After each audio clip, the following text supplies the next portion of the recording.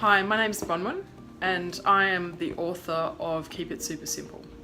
And I wrote this book because I was recovering from a breakdown. And I had a breakdown because I allowed myself to be so stressed and exhausted that I was draining constantly from an energy tank that was already completely empty. And my life was very complex. And I spent every day filling it, looking after everybody else, making sure everybody else was okay, and completely ignoring what I needed, and completely ignoring the signs that I had along the way that were telling me that I was not okay. Essentially what happened to me is that I had a diagnosis of psoriasis that was misdiagnosed for 8 years. And it turned out that it was a big skin cancer, and it was on my head. And when I got the diagnosis, I was told that I would need to have plastic surgery. And I was very, very annoyed when I got the diagnosis because it was something else that I had to schedule into my day. It was something else that I had to find time for. And I was busy because I was busy looking after everybody else and running around making sure everybody else was okay.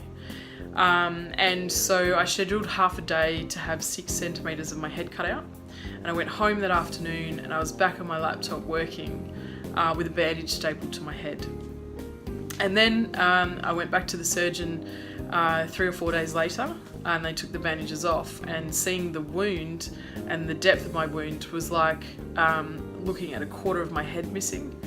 And the shock of that just triggered a complete breakdown.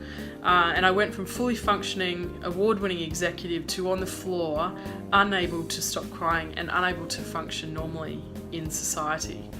And that happened in the space of minutes.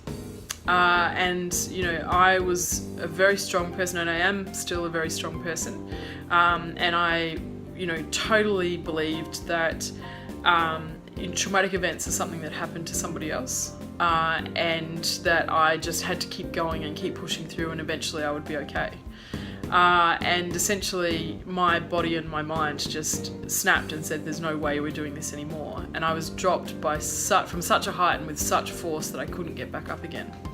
And it took me 2 years of really intensive therapy with counsellors and clinical psychologists and energy medicine professionals before I was able to put the pieces back together at a basic level, which allowed me to basically just go back out on a measured basis into society. And it took another 12 months after that before I could actually stand really strongly on my 2 feet and know that I was going to be okay and have some sort of idea of the direction that I wanted to be heading in. So it was very intensive, having